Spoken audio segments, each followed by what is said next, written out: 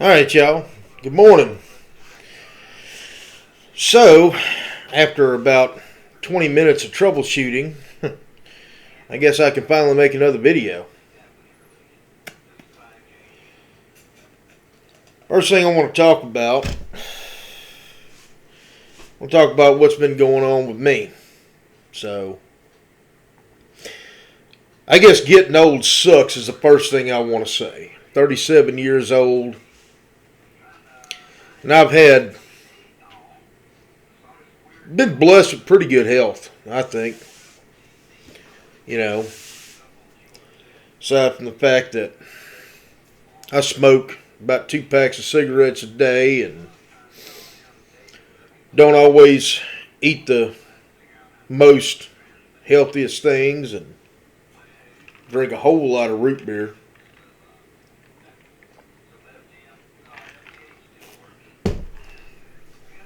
But I just recently had my gallbladder removed. So I'm out of work. I've been out of work for about the last 3 weeks, give or take, and looks like I'm going to be out of work for the next 2 weeks. All courtesy of a doctor's note. So, going absolutely crazy. Those of y'all that know me know I cannot sit still for very long. So, this is a new experience for me. But anyway, aside from the bad news of that, I'm going to talk about the good news. I probably should have done this video a couple of weeks ago, but again, with the issues that I've been having and a few other things, I didn't really get a chance. But I want to talk about my book.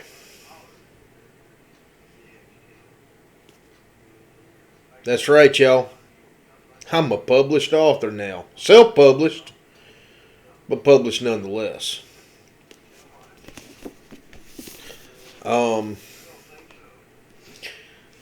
This video here is going to encourage anybody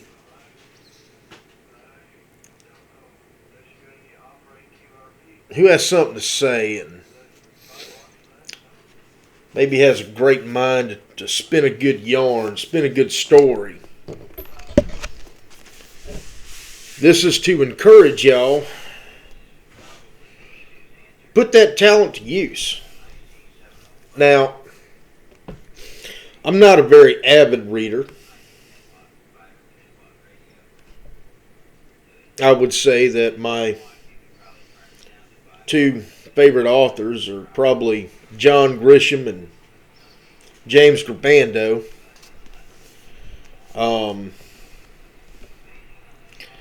But other than that, I've just never really, again, goes back to my not being able to sit down for too long. I've never been one to actually sit down and really read a book. When I read books, mainly 9 times out of 10 they're audio books, and I'm driving down the road.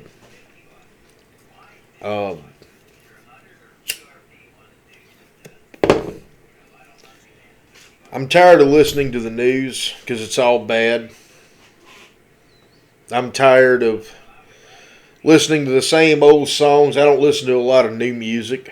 I listen to a lot of old music.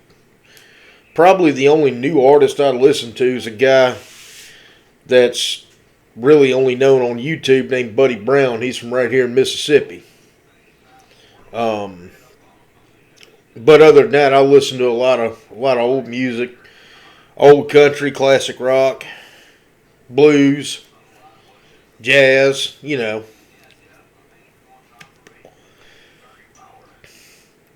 After a while, listening to the same old stuff gets old. Driving down the road, so I listen to audio books. Well, in my boredom, I'll go ahead and tell you how I got started on this. About 4 years ago, I was sitting in a prison in Rayford, Florida. as an officer, not an inmate. But I was working for the Florida Department of Corrections, and while I was sitting in the dorm, I was on night shift.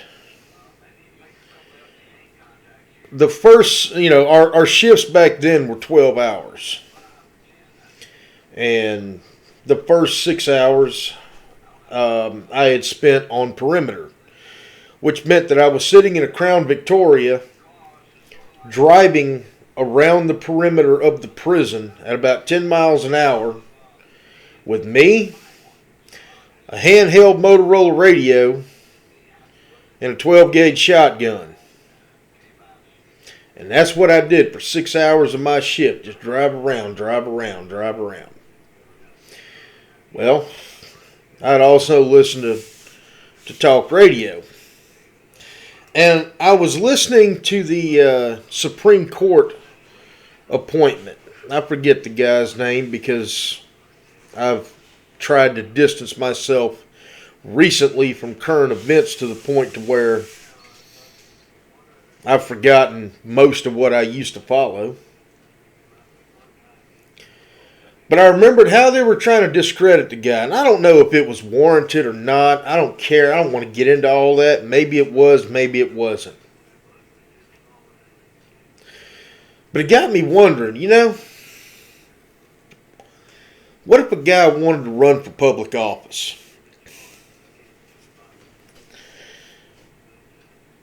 And let's assume that he was a genuinely good guy, your ideal person, your ideal leader, from the way he looks to his life experiences, his dedication to community service. What if this guy was a genuine great guy and he wanted to run for office and he was running against a corrupt political machine? Man, I thought that'd be a good book. So I wrote it. After my 6 hours of being in perimeter, we swapped out at midnight. And I got stuck in the dorm. And my dorm sergeant,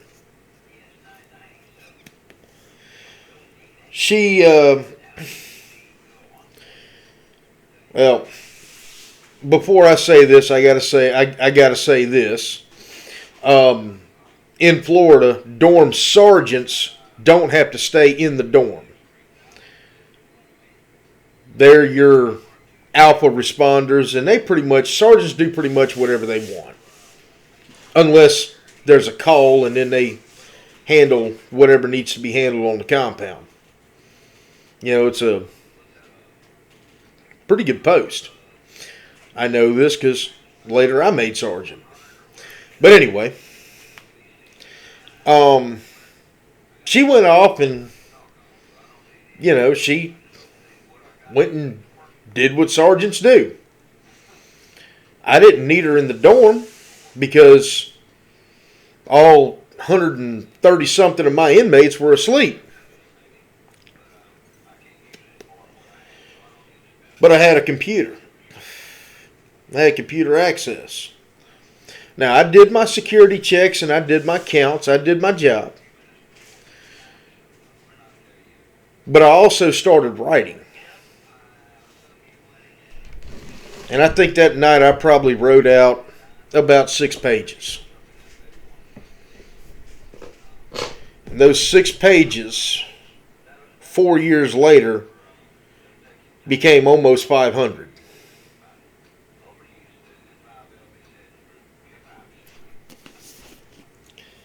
This book tells the story of a man by the name of Jake Fayard. Fictional. 100% fictional. And it starts off that Jake Fayard was a Marine. He was combat wounded. After his enlistment, he got an appointment to the Naval Academy. Later became a JAG lawyer and then retired. Retired as a colonel. And then from there, he had a private practice.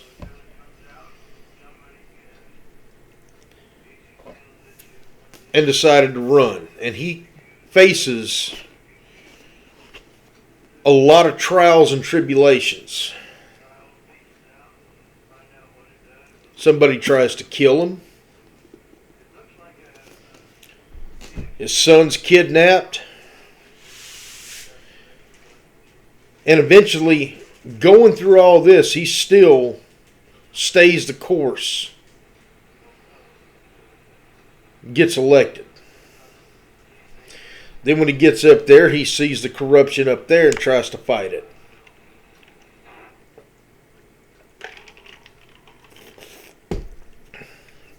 It's your political David versus Goliath. Again, the book title is called Against the Flow of Mississippi. It is my first book of many, I hope. I'm writing another one that I'll talk about. It's called Beyond the Count, Life on the Compound. Again, it may take me another 4 years to finish it. This is not something I do full time. My full time job is I'm a correctional officer. So that would be my full time job. This is just a pastime and a hobby. Also, a note, I'm no longer on night shift, so I can't spend my time at work writing. I'm on day shift, so I actually got to do some work. But I do want to encourage y'all to order the book if you would. I'd appreciate it. You can find it on Amazon if you just type in the title, Against the Flow of Mississippi. Don't type in Anthony Allen because you're going to get a whole bunch of other stuff and none of it's related to me. But if you type in the book's title, you can find it. I've got it listed on there. Paperback versions are $15.99 and the hardback versions are $35.99. I had to put it that much because really, honestly, it's the only way I could really make a profit. Yeah, I'm not doing this to get rich, but it'd be nice. I never really set out to do this to get rich, but I guess it's part of my legacy. Once you publish a book, it's pretty much there.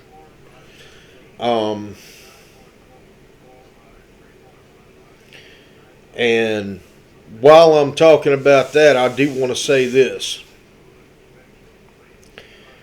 For those of y'all who were like me and just starting out writing a book, if you're at completion or close to it, you can go to a lot of places. There's a lot of companies out there, a lot of publishers.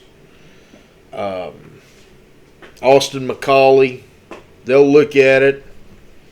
They rejected, at first they accepted it and then they rejected it. And that's kind of my fault on why Austin Macaulay rejected.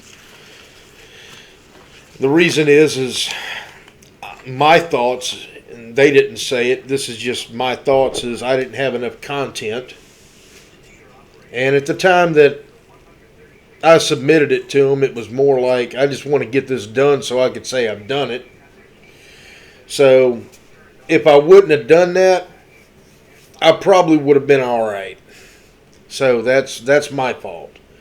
And once they reject a project, they won't let you resubmit that same project, and that's fine. But I'm not saying anything bad about Austin Macaulay.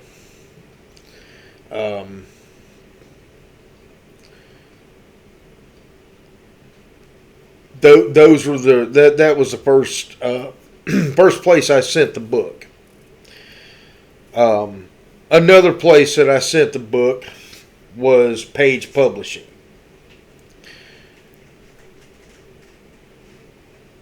They never rejected me. They just wanted, I think it was close to $3,000 to publish my book. And they also put something in there about exclusive publishing rights. Basically, they own my work. And they'll give you a website and do all this whoop-de-doo for you. Which is fine if you want to go that route. Well, I know a little bit about websites myself. And I talked to a few people. Another one I spoke to, and I really like this guy. I was going to go through him, and that was Escarpment Press. A guy by the name of Joe Perrone. He's out of South Carolina. He's a really nice guy. And I think he's a very talented guy. He suggested I change up my book, and, that's on him. He's a one-stop shop guy. And, I mean, there's just a few things he wanted me to change up. But, hey, he's going to put his 2 cents in. That's kind of what I wanted, was somebody to put their 2 cents in, and I'm glad that he did. I didn't take any of his advice, though I did appreciate listening to him. And I think that if I was going to actually use a publisher, he would be the one that I would use, just because the man just made sense. And he was also cheaper than everybody else. I think he only wanted about $2,000. The easiest way that I found to publish,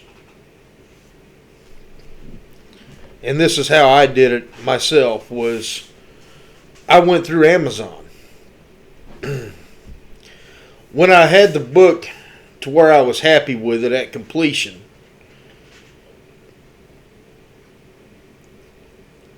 I knew that in order to get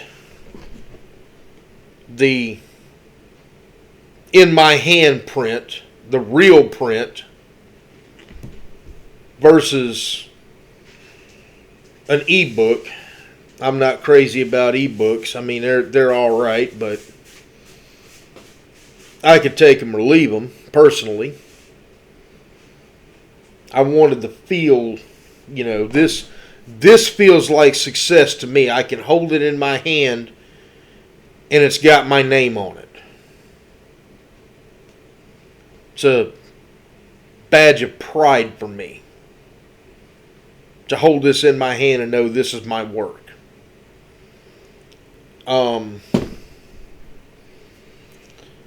But I know a lot of people like ebooks, and I wanted to make it available for people, so I figured, well, you know what? I'm going to see if I could do an ebook on Amazon. So I started looking around, and I found Kindle Direct Publishing. Well, then it gave me the option to do a paperback and a hardback too. Okay. I can work with that. I can live with that. So I did that. I had to play around with my book cover, but I finally got it to where it was acceptable. And that's why I'm self-published on Amazon. The only money that I have in my book is the $50 I paid a friend of mine to make the cover. And I think he did an excellent job. I'm happy with it.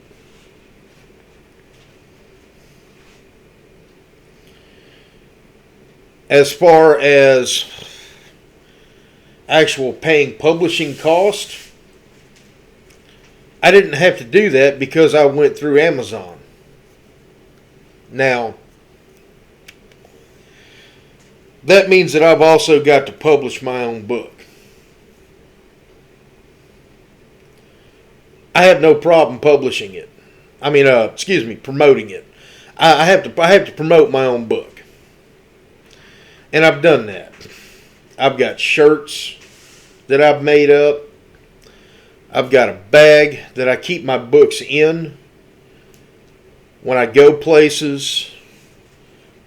I have my website, which is anthonypallen.com. I had to use my middle initial, even though I never use my middle name, but I had to use my middle initial because anthonyallen.com was taken.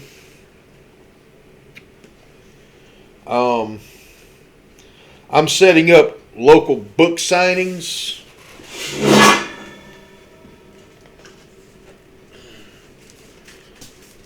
Created a poster.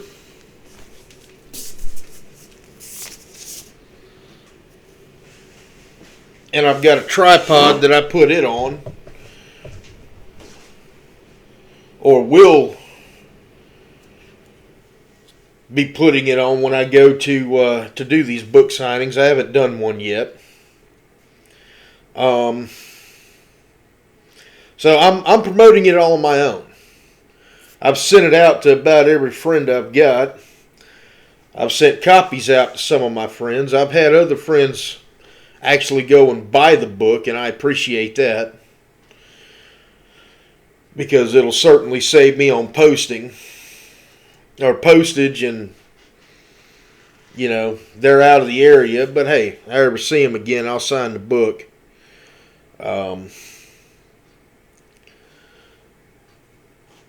If you want your own author copies on Amazon, these cost me, I think, $6.55 plus shipping. I usually order about 10 at a time.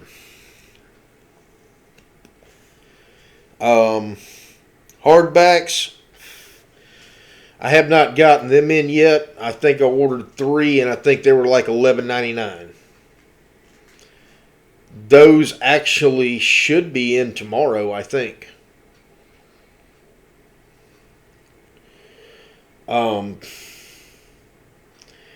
The author copies, it doesn't seem like Amazon's in too big of a hurry to send them out. But if somebody was to go in and buy the book, paperback anyway, they'd have it in a couple of days.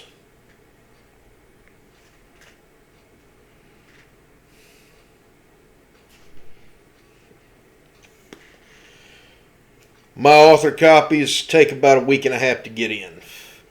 But again, I also try to order 10 at a time. Again, this is just to encourage anybody who's thought about it. Do it. If you have thoughts that you think people would be interested in, or like I said, if you can spin a story, do it. Push on. Drive on, brother or sister. Drive on.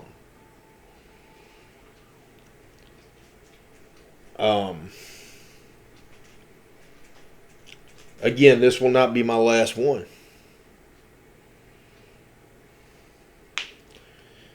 I will say that I would like an agent, somebody that knows the industry, to help me promote this book.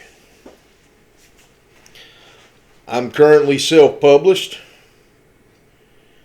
but if somebody is interested, we can work out a deal. I'm not opposed to going that route. I'm not locked into a contract with Amazon over anything. In fact, I'd say I'm pretty flexible on it. Another thing I wanted to mention is copyright. I did copyright my book. And I think this is important for everybody. Again, this is a Florida Department of Corrections story. To show the integrity or lack thereof people have. We had a correctional officer who's now a very famous man. I believe he worked at South Florida Reception Center. And now he's a rapper. His name's Rick Ross. allegedly,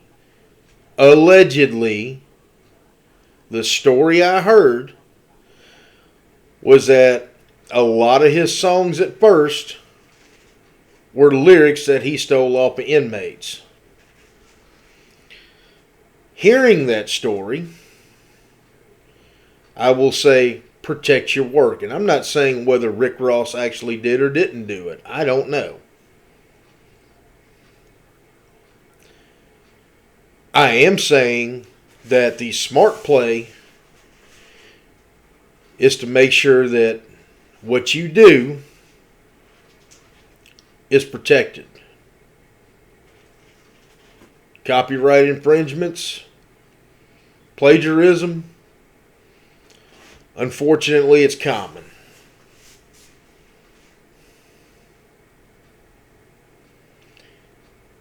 And if you're going to steal from me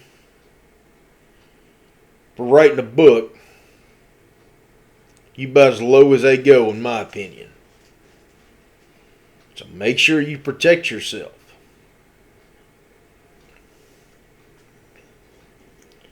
Prove that the work is yours. I think a copyright, I want to say my copyright costs like $65. Money well spent, in my opinion.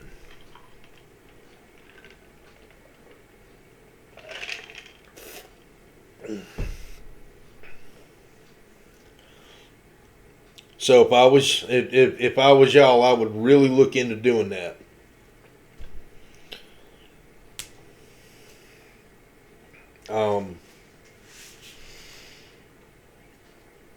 Feel free to leave a comment. Tell me what you think.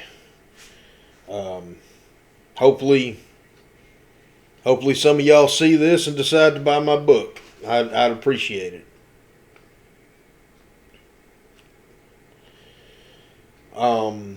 Hopefully, if you are writing, you'll comment with the title of your work. I'd be glad to read it. Might be something I'm interested in.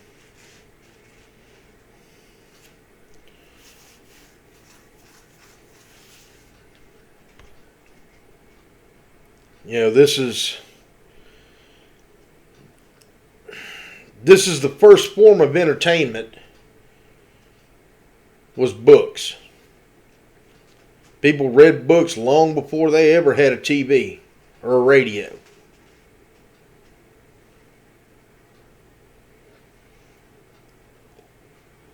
And I don't think it's a lost art at all. I mean, we still have a New York Times bestseller list, so obviously it's not a lost art. So if y'all are starting to write, I encourage you to keep going. And good luck to you.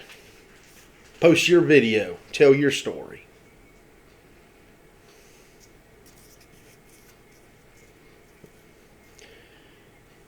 And be careful, because if you're like me and you're new to the industry or uneducated with the industry as I was, and I still am, I'll go ahead and go out on a limb and tell you that I am still brand new, green as the grass grows with this.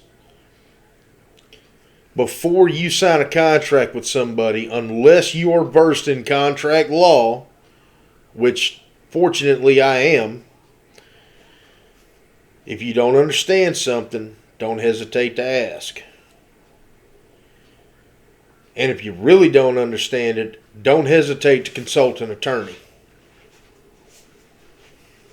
And before you sign a contract, I don't care if this is a reputable publisher and they're offering you $500,000 off the rip for your book. Read every word on every page of that contract before you sign it, and make sure that you understand it. And if you don't understand it, find somebody, not the publisher. Find somebody who you trust, who can translate the document into English for you.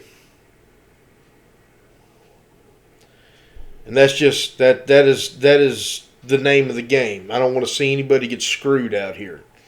Naturally, maybe it's because of where I work, maybe it's just because I was born that way, I'm skeptical.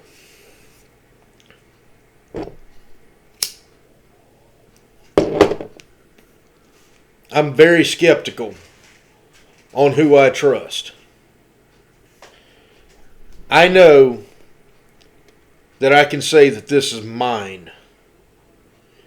I put 4 years of my life, 4 years out of 37, into this book.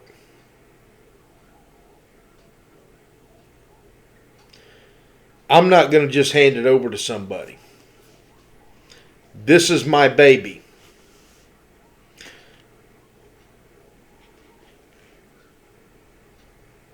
Probably the only thing more important to me that I have produced than this book would be my daughter.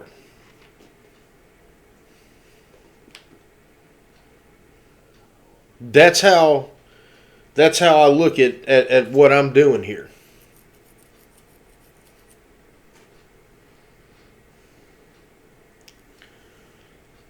That's how sacred I take my work. Now, you may read it and you may say, hey, you know what, Anthony, that book was trash.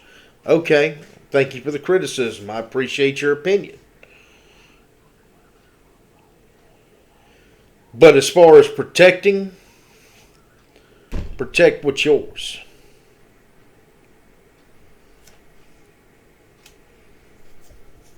Just my advice.